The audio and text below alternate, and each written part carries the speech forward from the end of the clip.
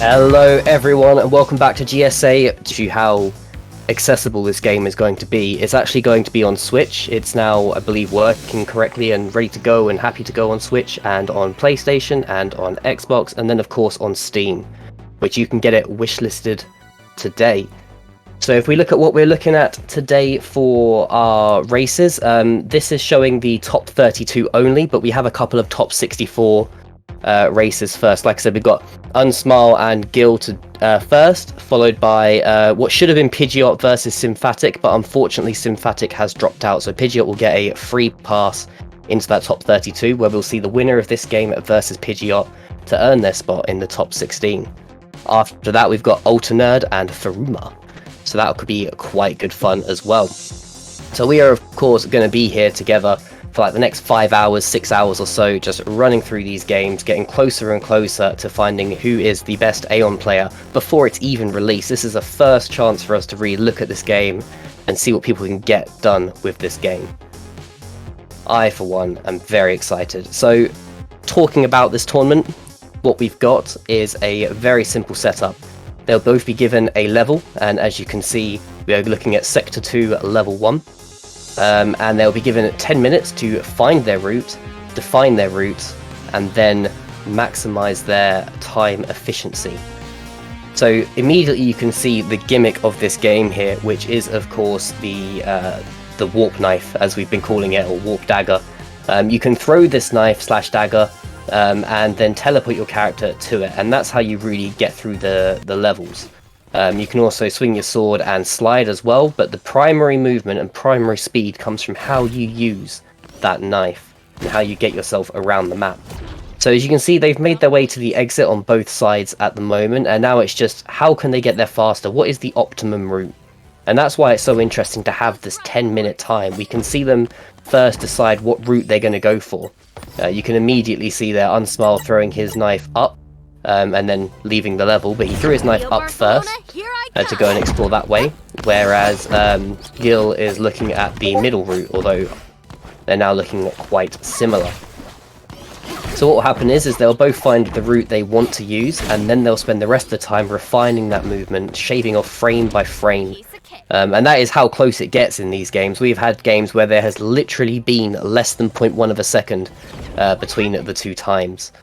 So you know, every single frame matters, and it's things like if you watch there on Gill's screen, he had a brief moment where he teleported to his knife and he didn't carry the warp out in the same frame, so he stood still for just a split second, just a tiny amount, but that tiny amount really could be the difference. Another thing to note there with what Gill just did is he threw his knife up and then straight down. That gives you a bit of speed in horizontal movement as you can teleport around, but as players are discovering and as we learn more about this game and how it feels to play, we're starting to see that sometimes it's not best to teleport. Sometimes it's actually faster just to run there, slide there, jump there, however it is that you choose to get there. And that's where the nuance is really going to come. How do you maximize your time as you go through? It seems like both guys have settled on the same sort of route, where you go through this thin gap along the top. Although, having said that, they've immediately both ignored that and gone down instead. But they'll go through the thin gap at the bottom of the screen as well, and then they'll climb their way up to the goal. That seems to be the agreed fastest route at the moment. Interesting to note there that Unsm1le takes a step forward before throwing his warp knife, whereas Gill has immediately thrown his warp knife on spawn. And now it's just getting that efficiency, getting that time down. So Gill there putting up a 1089 against his already 1048, but Unsm1le has brought in a 1006. That is insanely fast. And of course, at the end of each of these runs, both runners get to see that high score table. They get to see how close they are, who's faster, and how much difference there is in that time. So there's a lot of competitive attitude towards it as well. You know, it keeps you entertained, it keeps you unsure of what route your opponent's taking. We had a game on Sunday where they were both running the identical route, but there was a whole second and a half between them. And it resulted in one of the runners psyching themselves out. And they started looking for other routes, thinking maybe, you know, for a whole second, I can't optimize any further. There's got to be something else. But he unfortunately couldn't find that something else. It was a really, really interesting sort of bit of psychology with the game. What happened? So a lot of this does just come down to those frame perfect movements. And that's what's so great about this game, for me anyway. A lot of people have suggested that it's similar to Celeste, but I'd argue that it really is quite dissimilar to Celeste, apart from maybe at best the graphical style, because, you know, they look a little bit alike. But Celeste was built to be a tight platforming game, whereas this was built to be a fast platforming game. And yes, the movement's tight, yes, the movement's precise, and both of these guys are really doing a great job of accentuating my point here with these knife throws. You know, every single movement you make adds a time, and you've got to get it right. You've got to be spot on with these movements to really sort of get that time. You'll see that Gil's actually got a sub 10 now. Even though they're running the same route, there's 0.2 seconds between them. So there's obviously a good few frames there between each of them. A few like little lags after teleporting, a few little pauses where they shouldn't have been moving and they were. So you'll see here straight away with how the difference in the start is with Gil like immediately throwing his knife and Unsm1le taking that micro step forward before he throws his. It is something that as the game gets more popular, we will learn more about the range of the knife and feel more comfortable when we throw the knife. But of course, this game isn't even out yet. These guys, they've had their hands on the game. They've been given the opportunity to learn how it works and how best to play it, but that doesn't mean that they found the perfect optimization yet. You know, it's still a very new game, and there's still lots of opportunities for other people to learn how to play this game and what the best way to play this game is. So it's interesting now to see the opening section. So although Unsm1le is taking that forward stutter step at the beginning, he's also throwing his dagger up down to get through that initial section, which looks very, very fast. If he could optimize that and get that perfect for one run, I think he could be pushing into the lead here. Whereas Gil, he runs along the floor a little bit, and that might be due to him thinking that it's faster than going through the warp animation. You know, we've had that with some players where they've said, you know, the warp animation is way faster, but Gil doesn't care because he's found a much faster way, as he knocks even more time off, down to 9:45 now, half a second between these two runners. There, you can see it now in close up there. So he slides instead of making that first dagger throw when he drops down to the bottom there. So whereas Unsm1le was not doing that here, Gil immediately throws the knife up, throws the knife down, and then through the gap. Unsm1le adding an extra knife throw into this, which is just causing him a slight bit of delay, even though it looks incredibly fast. And it really does. Both of these guys look very fast when they run, but Unsm1le here, you see the stutter step forward, then it's, oh, he hit the robot instead of moving forwards there. But he's got this stutter step forward, and then he's got the knife goes down, up, down.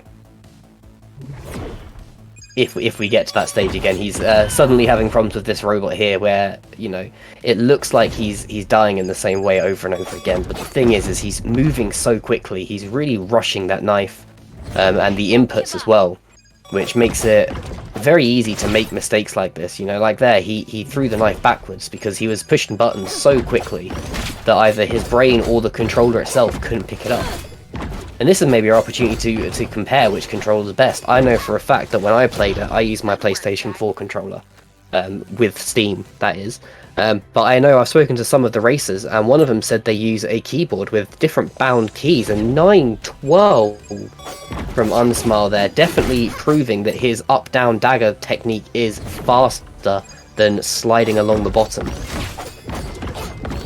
Although Gillenormand now putting another sub 10 time on the board, but it's no faster than his previous one. 912 is currently the best. It is interesting to see how they've used this time. You know, it's I personally, if I was racing, would spend more time finding a route rather than optimizing a route. I think there must be other routes that you could look at in this, but that's something that will come with age and experience on the game. You know, as we see this game go into the general public, when you guys will wishlist it and buy it on Thursday, the 30th of September, that's in 2 days' time. When you guys do that, you'll be able to start creating content on YouTube showing these better routes. You'll have more time just to mess around in the game.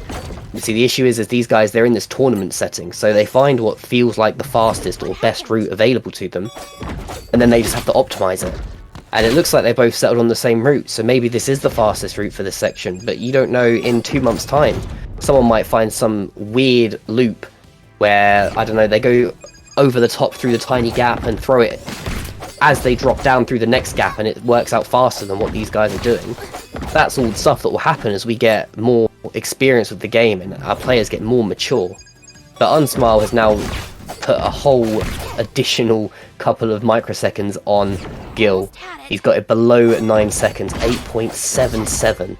Definitely proving that his little up-down technique here that we see is faster than Gil's run across the first one and then just 2. But it is interesting to see that he is still stutter stepping from the start. He's still putting that little step forward at the beginning there. So I do wonder, could you get it faster? Because that's the interesting thing, is like I said, this game's so infantile, it's so new. We don't know what the actual fastest times are yet. You know, the developers, they've played it and everything, but they're still learning themselves. But that is where we will stand, with Unsm1le sitting a beautiful time of 8 seconds, 0.77. Really, really fast as they reach the end of their 10 minutes. So we are going to take a wee break here, but like I said, the next game should have been Symphatic versus Pidgeot, but unfortunately Symphatic was unable to attend. So Pidgeot will be flying on to the next round, which will be slightly different. So do stick with us and we'll get that one set up and ready to go shortly.